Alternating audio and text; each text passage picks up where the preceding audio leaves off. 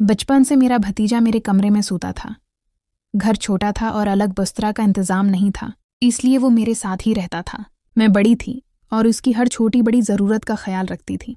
वक्त के साथ हमारा रिश्ता और भी गहरा होता गया। जब मेरा भतीजा 18 साल का हुआ तो मुझे लगा कि अब वो बचपन वाला मासूम बच्चा नहीं रहा। इसके अंदाज में एक अलग ही एतमाद आ गया था। रात को जब हम दोनों एक ही कमरे में होते तो लगता था जैसे सारी दुनिया हमसे दूर है और सिर्फ हम दोनों एक दूसरे के लिए बने हैं। इस रात भी मैं देर रात भर जागती रही। भतीजे ने मजाक में कहा, चची तुम्हें नींद नहीं आ रही या मुझे तंग करने का इरादा है? मैं हंस कर बोली, नहीं यार, बस सोच रही हूँ जिंदगी कितनी जल्दी बदल गई है। वो मेरी तरफ देख कर मुस्कुराया। उसकी मुस्कुराहट में एक नई शरारत थी जो पहले कभी नहीं देखी थी। मुझे लगा जैसे हमारी बातें अब सिर्फ चची भतीजे वाली हद तक नहीं रही, कुछ और ही रंग चढ़ रहा था। मैं मजाक में उसके बाल खींच लिया। वो बोला, चची आपको पता है आप अब भी बिल्कुल कॉलेज वाली लड़की लगती हैं। शादी क्यों नहीं की अभी तक? मैं थोड़ी देर चुप रही। बोली, जिंदगी की मजबूरी थी, लेकिन क्या जरूरी है खुशियां सिर्फ शादी से मिले। वो मेरी तरफ और करीब आ गया, जैसे मेरी बात समझने की कोशिश कर रहा हो। उसके चेहरे का वो करब मुझे अजीब सा लग रहा था, थोड़ा मासूम भी, थोड़ा अलग भी। मैंने कहा, हो गया, अब सो जाओ, कल तुम्हारी कोचिंग भी है ना? लेकिन उसने हल्की सी मुस्कुराहट के साथ कहा, ठीक है चाची, पर एक बात है, आपके बगैर नींद ही नहीं आती। ये एक लाइन किसी वजह से मेरे दिल की धड़कन तेज कर गई। इस रात हम दोनों एक ही कंबल के नीचे सो गए, मगर नींद हम दोनों की आंखों से दूर ही रही दौड़ था। अंधेरा, खामोशी और एक अजीब सी कशिश, जैसे कहानी अभी शुरू हुई हो। अगली रात भी वही मंजर था। भतीजा कोचिंग से देर से आया था, थोड़ा सा थका हुआ लग रहा था। मैंने कहा, आजा खाना गर्म कर देती हूँ। इसने थोड़ा सा खाया और सीधा मेरे कमरे में आकर बिस्तरे पर गिर गया। मैंने मजाक में कहा, बस इतनी थकान? अभी तो उम्र है तेरी जवानी की और ऐसे थक कर गिर जाता है। वो हंसी रोक कर बोला, चची आपको लगता है मैं कमजोर हूँ? जरूरत पड़े तो मैं दिन भर जाग सकता हूँ। मैंने उसका मजाक उड़ाते हुए कहा, अच्छा तो चल, फिर देखते हैं कितनी हिम्मत है तेरी अंदर। उसने आंखों में शरारत भरी चमक के साथ कहा, चीख कबूल है। वो मेरे करीब आ गया। मुझे पहली बार लगा कि अब हमारे दरमियान की दूरी खत्म हो रही है। रात की खामोशी में उसकी सांस मेरी सांस से टकरा रही थी। मैंने कहा, हवा बदलने दो, सुन थोड़ी मालिश कर दे, आज काम ज्यादा था, कमर दर्द कर रही है। वो बोला, बस इतना काम? ठीक है चाची, आज मैं ही आपको रिलैक्सेशन देता हूँ। वो आहिस्ता से मेरे पास बैठ गया और अपने हाथों से मेरी पीठ दबाने लगा। मुझे लगा जैसे उसके हाथों में कोई अलग ही ताकत हो। मैं चुपचाप लेटी रही, पर अंदर से एक अजीब सी गर्मी फैल रही थी। मैंने उसकी तरफ देखकर कहा, वाह, अब तो डॉक्टर लग रहे हो। वो हंस कर बोला, डॉक्टर से भी ज्यादा ख्याल रखता हूं मैं आपका। इसके अल्फाज मैं एक नशा था, एक डबल मीनिंग जो मैं समझ रही थी पर छिप छिप कर एंजॉय भी कर रही थी। थोड़ी देर बाद मैं उठने लगी तो उसने मेरी कलाई पकड़ ली। उसकी गिरफ्त में एक अजीब सा जुनून था। उसने आहिस्ता कहा, चची आपको लगता है मैं अब भी वही छोटा भतीजा हूं? मैं एक लम्हे के लिए उसकी आंखों में देख कर रह गई। उसकी बातों में मासूमियत भी थी और एक नया जज्बा भी। मैंने बस हल्की सी मुस्कुराहट के साथ कहा था, सोचा दीवाना वक्त सब कुछ समझा देगा। लेकिन इस रात ने हमारी जिंदगी के नए सफर की बुनियाद रख दी थी। खामोशी के अंदर छिपा हुआ वो राज जिसमें सिर्फ हम दोनों शामिल थे। अगली सुबह घर में सब अपने कामों में मशगूल थे, लेकिन मेरी और मेरे भतीजे की आंखों में रात वाली बातें अभी भी घूम रही थीं। हर बार जब हमारी नजर मिलती, एक अजीब सी शरारत छिप जाती। शाम को जब मैं किचन में काम कर रही थी, वो पीछे आकर खड़ा हो गया। आहिस्ता से बोला, चाची आज रात फिर देर तक बातें करेंगे। मैंने उसकी तरफ देखे बगैर कहा, तुम्हें लगता है मैं इतनी फारिग हूं? कल सुबह मुझे काम पर भी जाना है। वो मजाक में बोला, काम तुम्हारा फर्ज है या मेरा? उसके अल्फाज ने मुझे एक लम्हे के लिए हिला दिया। मैं गुस्से का ड्रामा करते हुए कहने लगी, ज्यादा शरारत मत करना वरना माँ को बता दूंगी। वो हंस कर बोला, ओरे अब तो डरती भी प्यार से है। इस रात फिर वो मेरे कमरे में आया। अंधेरा था, बस खिड़की से हल्की चांदनी का नूर अंदर आ रहा था। वो बिस्तरे पर बैठकर बोला, चची एक बात कहूं? मैंने कहा, हाँ कहो। वो थोड़ा रख कर बोला, चची जब मैं आपके पास होता हूं ना, लगता है जैसे दुनिया की सारी परेशानियां दूर हो जाती है, और सच कहूं तो मुझे नींद भी तब आती है जब मैं तुम्हारे पास होता हूं। मुझे उसके अल्फाज में एक अलग ही खरदरापन महसूस हुआ, जैसे वो दिल की बात अंदर से कह रहा हो। मैंने हल्की सी मुस्कुराहट के साथ कहा, पागल, अब भी वही छोटा बच्चा है जो बचपन से मेरी गोद में सोता था। वो मेरे करीब आया, आंखों में देखकर बोला, नहीं चची, अब मैं बच्चा नहीं रहा।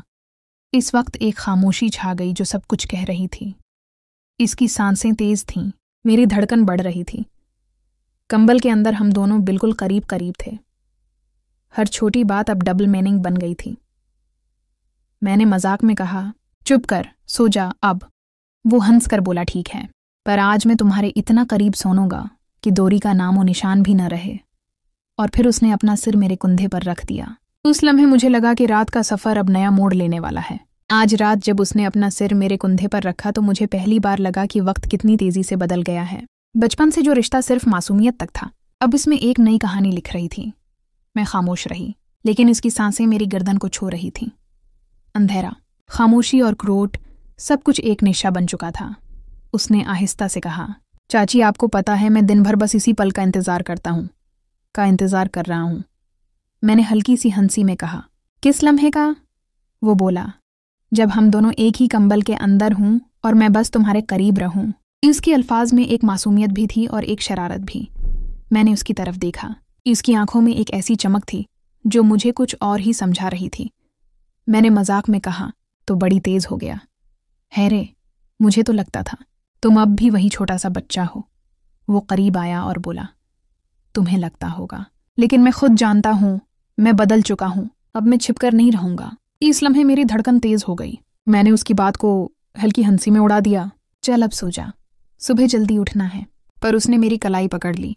उसकी पकड़ बिल्कुल मजबूत थी, जैसे कह रहा हो कि अब मैं दूर ना जाऊं। चाची, उसने आहिस्ता कहा, आपको लगता है मैं बस मजाक कर रहा हूं? नहीं, मैं दिल से कह रहा हूं। आप मेरे लिए सिर्फ चाची नहीं हो। मेरे होंठों पर अल्फाज रख दिए। मैं बस उसकी आंखों में देख रही थी। इस वक्त हम दोनों के बीच बस खामोशी थी, लेकिन इस खामोशी में एक नया राज छिपा था। उसने अपना सिर और करीब लाकर कहा, बस एक बार मुझे ये लम्हा महसूस करना है, दो। और फिर वो लम्हा आया जब दोस्ती का नाम ही मिटा दिया गया। एक ही कंबल के अंदर हम दोनों की कहानी एक नई दास्तान लिखने लगी। उस रात जब हम दोनों एक दूसरे के इतने करीब आए, मुझे लगा कि वक्त थम गया है। मैं सोचती रही, जो ख्वाब में अपने दिल में छिपा के रखती थी वो आज सच बन रहा था। उसने मेरे चेहरे को अपने दोनों हाथों से पकड़ लिया। उसकी उंगलियों की गर्मी मेरे गले तक उतर गई। मैंने आंखें बंद कर लीं। हर सांस भरी हुई थी, जैसे हुआ भी चाहती हो कि अब हम दोनों के दरमियान कोई फासला न छोड़े। उसने आहिस्ता से मेरा सर अपने सीने पर रख दिए। उसकी धड़कनें ऐसे चल रही थीं जैसे कोई नया राग बज रहा हो। मैंने हल्की सी मुस्कुराहट के साथ कहा, तो मुझे पागल कर देगा? वो हंस पड़ा, मैं तो पहले ही तुम्हारे लिए पागल हो चुका हूँ। उसने कंबल खींचा और हम दोनों और करीब आ गए। उस लम्हे कोई हद, कोई रिश्ता, कोई दीवार बाकी नहीं थी। सर्फ में और वो एक नई कहानी में खो गए थे। हर पल एक नई गहराई में ले जा रहा था। उसके हाथ मेरे बाजुओं से गुजरकर आहिस्ता आहिस्ता और आगे बढ़ने लगे। मैंने रोकने की कोशिश की, मगर दिल साथ नहीं दिया। और फिर वो हुआ जो कभी सोचा भी नहीं था। जो रात एक आम सी रात थी, वो हमारी जिंदगी की सबसे बड़ी कहानी बन गई। सुबह जब रोशनी कमरे में आई, मैं उसके सीने पर सर रखकर सो रही थी। उसने आंखें खोले, मुझे देखा और मुस्कुराया, जैसे कि अब तुम सिर्फ मेरी हो, तुम मेरी दुनिया बन गई हो।